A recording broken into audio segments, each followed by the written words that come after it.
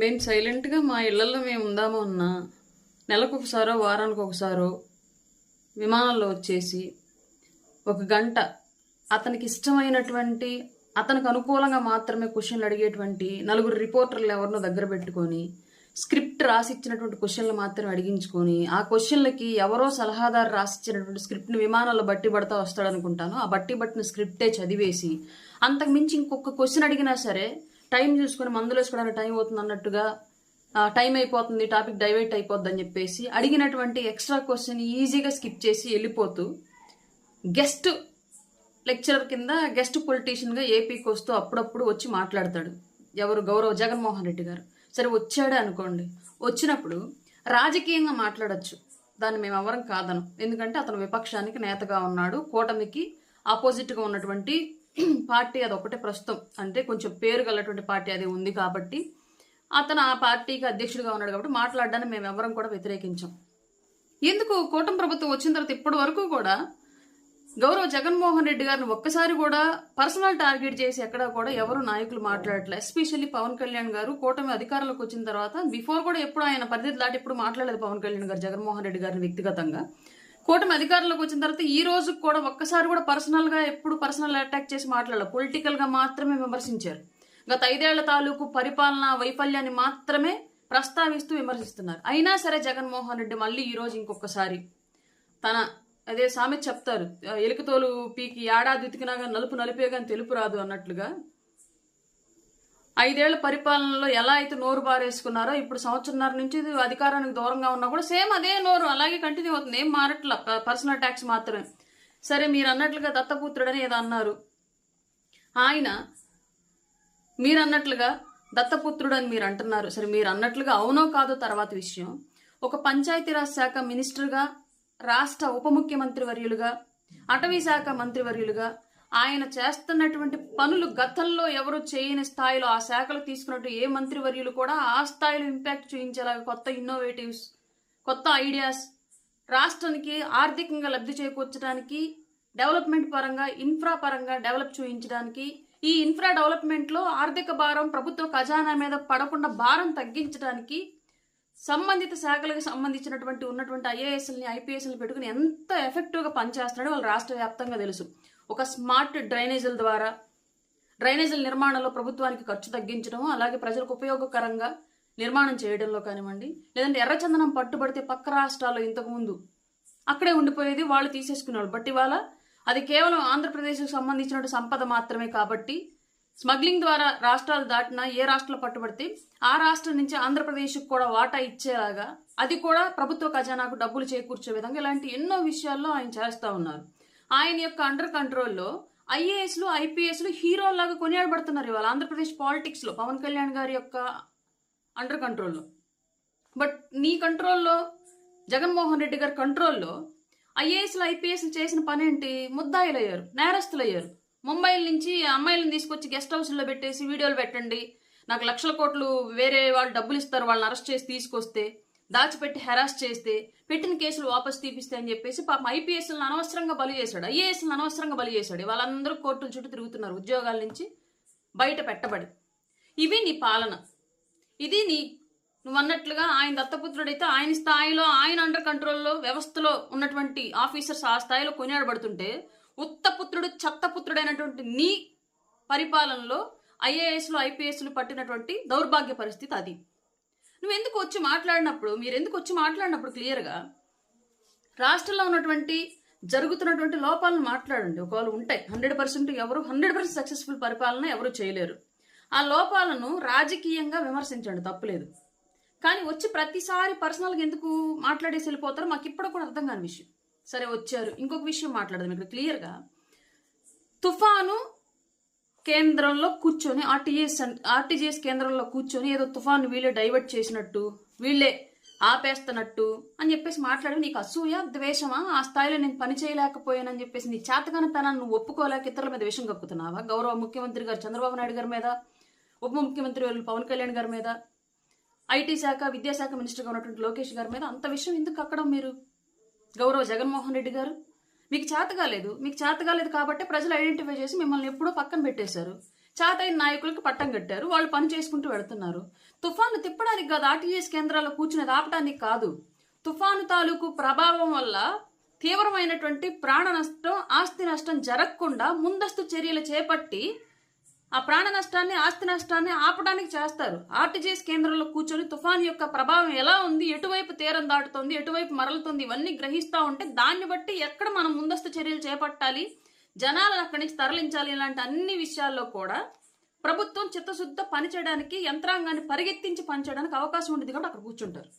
నీకు అది చేతగాల. సరే, ఇదే క్వశ్చన్ మిమ్మల్ని అడుగుతున్నాను. మీ నాన్నగారు చనిపోయిన తర్వాత వాంతులు, విరోచనాలు, జ్వరాలు వచ్చి చనిపోయిన వాళ్ళకు కూడా మీ నాన్నగారి కోసం గుండెకి చచ్చిపోయారని చెప్పేసి ఒక కార్యక్రమం పెట్టుకుని ఓదార్పు యాత్ర అని చెప్పేసి పెట్టి వెళ్ళారు. ఇంటింటికి వెళ్ళి ముద్దులు పెట్టారు, మూతుల మీద పెట్టారు, నెత్తుల మీద పెట్టారు. అంటే మీరు ముద్దు పెట్టంగానే వాళ్ళు లేచి, చచ్చిపోయిన వాళ్ళు బతికి లేచి వచ్చేస్తారని చెప్పేసి వెళ్ళి పెట్టారా ఏంటి? మీరు ఒక భరోసా కదా, మేము మీకు ఉన్నామని చెప్పేసి ఒక అండ చూపించడం కదా. అలాగే రాష్ట్రంలో పెద్దలుగా ఉన్నటువంటి, ప్రభుత్వ పెద్దలుగా ఉన్నటువంటి వ్యక్తులు తుఫాను ప్రభావాన్ని పరిశీలిస్తూ ఉన్నారు అంటే మేము గమనిస్తున్నాం తుఫాన్ని, ఎటువైపు జరిగినా సరే మీకు రక్షణగా మేము ఉంటామని చెప్పేసి ప్రజలకు ఒక భరోసా ఇవ్వడం, ఇది ప్రజా ప్రతినిధులు, అధికారుల యొక్క బాధ్యత. అది నీకు చేతగాల. నీకు జరిగినటువంటి, నువ్వు చేసినటువంటి తప్పులు నువ్వు ఐడెంటిఫై చేసుకోకపోగా ఇంకా ఇప్పుడున్నటువంటి ప్రభుత్వాన్ని విమర్శించడం ఏంటి?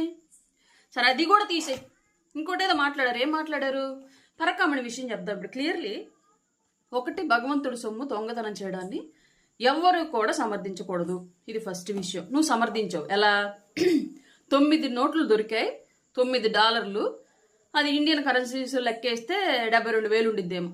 9 US డాలర్స్ 72,000 ఇండియన్ కరెన్సీలో ఏ విధంగా టర్న్ అవుతుందో నాకు అర్థం కాలేదు. నేను గూగుల్లో కూడా కొట్టి చూసా, ఒకవేళ నా లెక్క నాకు తెలిసిన నాలెడ్జ్ ఏమో తప్పేమని చెప్పేసి $809 వస్తుంది గూగుల్ని అడిగినా కూడా. 9 US డాలర్లు యాజ్ ఆన్ డేట్ ఈ రోజుకి.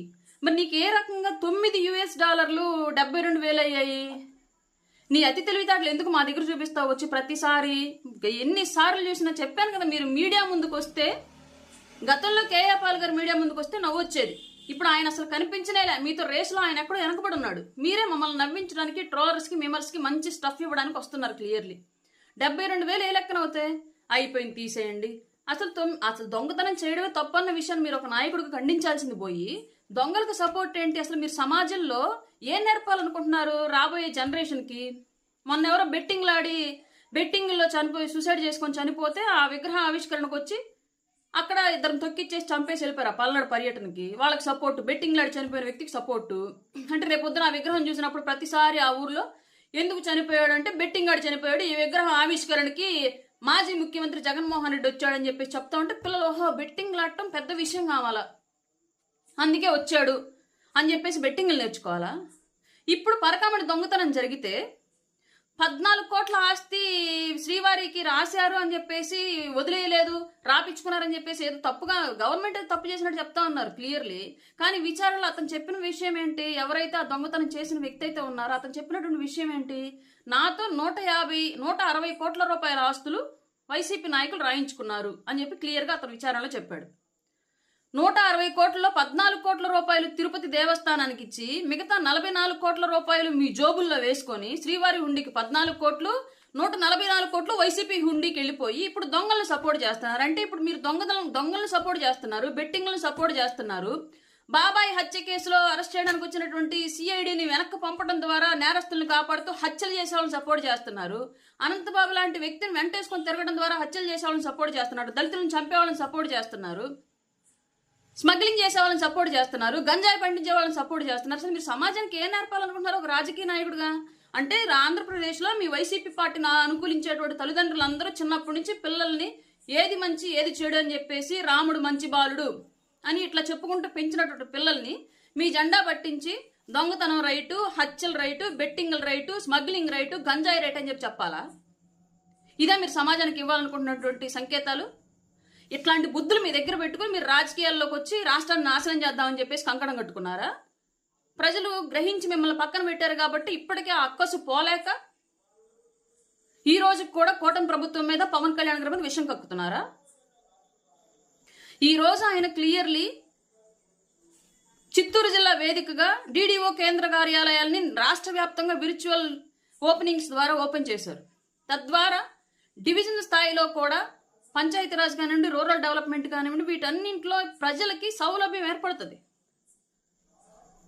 ప్రతిదానికి జిల్లా కలెక్టర్ ఆఫీసుకు పరిగెత్తాల్సిన అవసరం లేకుండా ప్రజలకు అందుబాటులోకి పరిపాలన వెళ్ళింది, అభివృద్ధి వెళ్ళింది, వాళ్ళ సమస్యలకు పరిష్కారం వెళ్ళింది. ఐఏఎస్లు ఐపీఎస్లు చదవాలి అని వాళ్ళ కోసం ప్రిపేర్ అవుతున్నటువంటి గ్రూప్ 1 ఎవరైతే ఉన్నారో వాళ్ళందరికీ కూడా ఈ రోజు ఇంకొక హయ్యర్ పోస్టింగ్ దక్కింది ప్రతి చోట డివిజనల్ స్థాయిలో. ఇదంతా భవిష్యత్ తరాలకు ఉపయోగపడే అంశం. ఇవి పవన్ కళ్యాణ్ గారి పరిపాలన ఆయన చేసి చూపిస్తున్నవి రాష్ట్రంలో. నీ పరిపాలన ఏంటి? ఐఏఎస్ని ఐపీఎస్ని స్కాముల్లో ఇరికించి ఆడపిల్లలను తీసుకొచ్చి గెస్ట్ హౌస్లో పెట్టించేసి వీడియోలు పెట్టండి, ఫోటోలు పెట్టండి అంటవా? ఇదా నీ పరిపాలన? ఇట్లాంటి దౌర్భాగ్య పాలన చేసింది కాక ఇంకా మళ్ళీ పవన్ కళ్యాణ్ గారిని క్వశ్చన్ చేయడం, పర్సనల్ గా అటాక్ చేయడం. ఇంత చేసి నువ్వు తెలివిగా ఎవరైతే దొంగతనం చేశారో దొంగతనం చేసినట్టు వ్యక్తిని వెనకేసుకొని వచ్చి అదొక మంచి పనిలాగా దాన్ని ప్రభుత్వం ఏదో తప్పుగా అరెస్ట్ చేసింది అన్నట్లుగా చెప్పినటువంటి నువ్వు ఆ రోజు ఫిర్యాదు చేసినటువంటి సతీష్ కుమార్ ఎవరైతే ఉన్నారో అతను హత్య జరిగింది, ఆ విషయం గురించి మాట్లాడావా? లేదంటే నీకు బాధ్యత లేదా? మొన్నటి వరకు మీ పార్టీకి సంబంధించిన అధికార ప్రతినిధులు నాయకులేమో కూటమి ప్రజలు చేసి చంపేసింది, అతను ఆత్మహత్య చేసుకున్నాడు, ఒత్తిడి చేశారని చెప్పేసి మాట్లాడతారు. నువ్వు ఇవాళ వచ్చి దొంగకు సపోర్ట్ చేస్తున్నావు తప్ప ఒక నిజాయితీ పరుడైన ఆఫీసర్ హత్య జరిగింది దాని గురించి నువ్వు మాట్లాడలా. ఎందుకంటే చేసింది ఎవరు నీకు తెలిసే ఉండొచ్చు.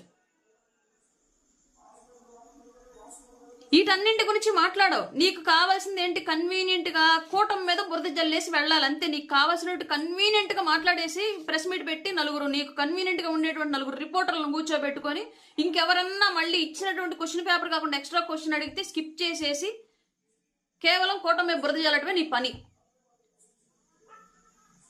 నెయ్యి కల్తీ గురించి మాట్లాడావు. సిట్ వేయాలని అడిగింది మీరే, సిట్ వేశారు. సిట్ క్లియర్ గా రిపోర్ట్ ఇచ్చింది. అసలు బోలేబాబా డైరీ అనేటువంటి ఒక డైరీ పాలే కొనలేదు, అయినా నెయ్యి సప్లై చేసింది. దాంట్లో జంతువుల కొవ్వులు ఉన్నాయా, లేదంటే ఏదన్నా వృక్షాలకు సంబంధించి ఇచ్చిన గింజలకు సంబంధించి ఆయిల్ ఉందా, ఇదన్నీ ఏంటనేది ఇంక అందులో కెమికల్ రిపోర్ట్స్ లో రావాల్సిన విషయం. అది క్లియర్ గా ఎంక్వైరీ రిపోర్ట్ లో బోలేబాబా డైరీ పాలే కొనలేదని క్లియర్ గా ఇచ్చింది రిపోర్ట్. అంటే నెయ్యి కల్తీ జరిగినట్లే కదా, అది నీ అండర్ కంట్రోల్ జరిగింది కదా. టీటీడీ ఆ రోజు అంతా రోజా, కరుణాకర్ రెడ్డి, మీ ఇంకొక బాబాయ్ ఎవరో ఉన్నారు ఆయన, వీళ్ళందరూ కలిసి ఏలేరు కదా అక్కడ. శ్రీవారం మీద రాజకీయాలు చేద్దాం నువ్వే చెప్తావు. కొండ చుట్టూ రాజకీయాలు చేసింది నువ్వే, కొండని మింగడానికి ట్రై చేసింది నువ్వే, శ్రీవారి హుండీ డబ్బులు కొల్లగొట్టింది మీరే. అయినా సరే ఇవాళ వచ్చి రాజకీయంగా పర్సనల్ అటాక్లు బురదలు జల్లేసి ఏమి తెలియని శుద్ధపూసలాగా మాట్లాడేసి వెళ్ళిపోతావు. నువ్వు మాట్లాడిందంతా మేము వినాలి.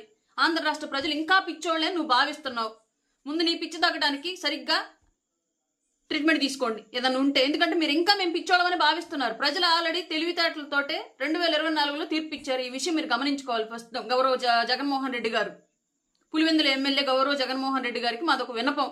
దయచేసి ఆంధ్ర రాష్ట్ర ప్రజలకు మీరు కట్టినటువంటి కళ్ళకు కట్టినటువంటి గంతలన్నీ తొలగిపోయాయి. వాళ్ళు క్లియర్ గా ఉన్నారు, వాళ్ళ విజన్ లో, వాళ్ళ ఆలోచనలో. వాళ్ళు కూటమి ప్రభుత్వం కూడా ప్రజల కోసం ఏం చేయాలో చాలా క్లియర్ గా ఉంది. క్లారిటీ లేనిదల్లా మీ దగ్గరే. రాజకీయ నాయకుడుగా ఎలా ఎదగాలనుకుంటున్నారు? అసలు మీరు సమాజంలో ఒక యువతలో ఎలాంటి క్వాలిటీస్ని ఎంకరేజ్ చేయాలనుకుంటున్నారు? హత్యలు, దొంగతనాలు, బెట్టింగ్లు, స్మగ్లింగ్లు, గంజాయిలు ఇలాంటివి ఎంకరేజ్ చేయాలనుకుంటున్నారా? లేదంటే ఏదైనా నీతి నిజాయితీ వైపు, చదువుల వైపు, ఉద్యోగాల వైపు మళ్లించాలనుకుంటున్నారా అని ఫస్ట్ మీరు డిసైడ్ చేసుకోండి. మీ ఎజెండా ఏంటో ప్రజల ముందు పెడితే ఆ ఎజెండా నచ్చిన వాళ్ళు ఓట్లేస్తారు. ఎందుకంటే గతంలో మీ ఎజెండా నచ్చక 2024లో మీకు ఓటమి చూపించారు ప్రజలు. ఇప్పుడన్నా సరే మీ ఎజెండా మార్చుకొని రండి, అదే ఎజెండాతో రాకండి. ఇది రిక్వెస్ట్ ఆంధ్రప్రదేశ్ పౌరురాలిగా.